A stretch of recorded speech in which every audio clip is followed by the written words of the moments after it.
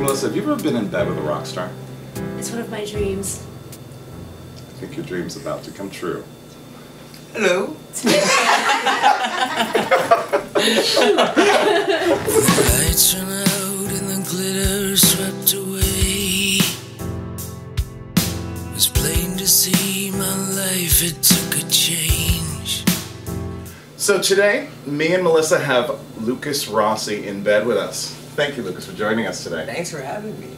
We're very excited. Now, we hear you have a show coming up at the Viper Room. I personally think it's the best material that I've written in my life, man, and that's a big statement for me, because I'll be the first one to admit if something's not, if I didn't express myself properly. This stuff is taken forever, but it feels like I'm at that end of that road now where I can just kind of take a deep breath and jump into bed with you guys. And we're so glad you did. Thank you. When you're creating an album, it's such intense work, and you're basically pouring your soul into your music. What do you do to allow yourself to take a step back? It's frustrating because you feel that there's a deadline and you don't want the fans to wait too long, because people are fickle, you know, like time goes by, we all get older. But, you know, I stopped drinking and I stopped, you know, doing things that we all do, just having fun and all that, and I just totally stopped everything, and I focused on what really is important, and that's like, one, staying alive, you know, being a good husband, and hopefully writing the best music I can. Do you like that more intimate space than kind of a grandstand auditorium? Yeah, when Supernova was doing like stadiums and that, it was mind-blowing for me. I mean, going from Viper rooms to stadiums, and now I'm back to the Viper room type thing, and that's cool, you know. You know, at first it was really overwhelming because you don't really know how to handle it. The intimacy in the small venues are really awesome because, I mean, you get to feel the sweat and you get to feel the intensity of what you're trying to portray in your music, and that's one of the cool things about these concentrated venues. And the record's name is Hollywood. Hollywood, yeah. Now, how did you come up with that as the title track? Okay, I need the 1Z power for this one. Oh wait, are you ready to get into the whole Hollywood thing? Sure. Might as well. About what Hollywood is about? Okay, well we got to get under the covers. Okay. Uh-oh. We'll be right back.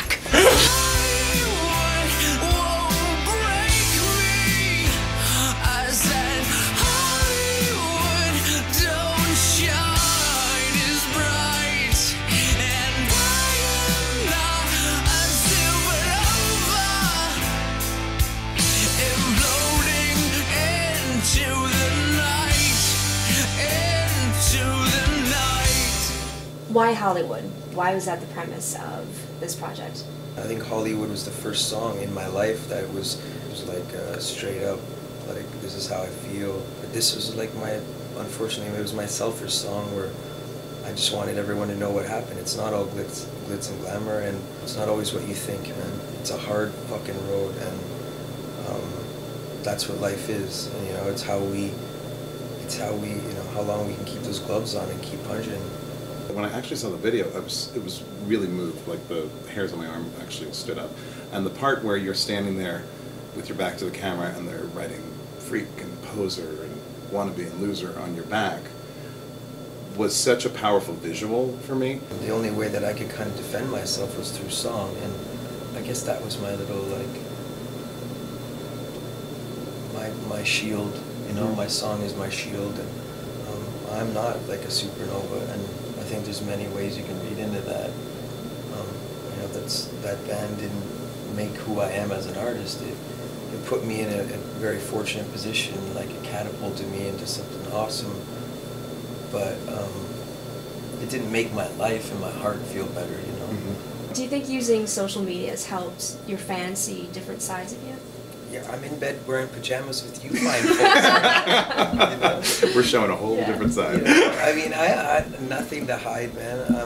They're the reason I'm here at all, man. You know, they give me, you know, it sounds cheesy, but they do give me strength, and, like, you know, things like a little app on your phone. I mean, that's kind of an ego booster when you're having a bad day.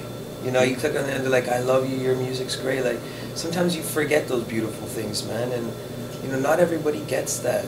You know, not everyone's that fortunate. And I've been blessed by God to have people who truly, like, have connected with me. And there's no way I would ever turn them away or treat them like anything lesser than me.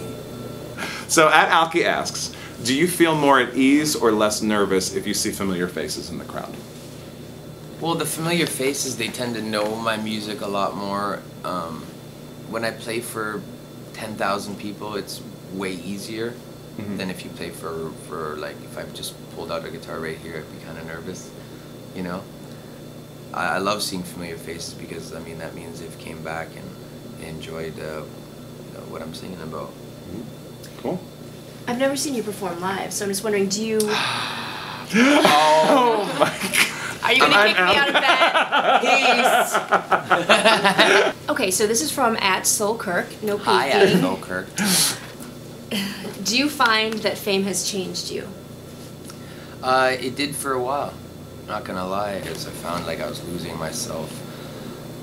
You know, you have all this, you know, all these interviews and all this stardom and all this crap that doesn't mean anything. And you know, you look in the mirror one day and you find like you don't even recognize who you are, and or remember the things you said or the people you've left along the way that just kind of shined off. You know, and I've paid the consequences. You know, karma is a bitch, man, and I've just, I guess I've been trying my hardest to, you know, just remind people, you know, who I was and who I am. I have a question about your mother and what your relationship is like with her today. Artist Wells wants to know what it's like. It's hard. And my,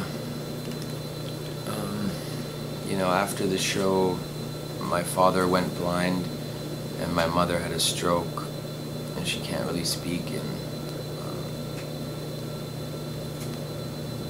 it's hard. You know, I live out here, and I can't, you know, I can't really, can't be there as much as I'd like to be.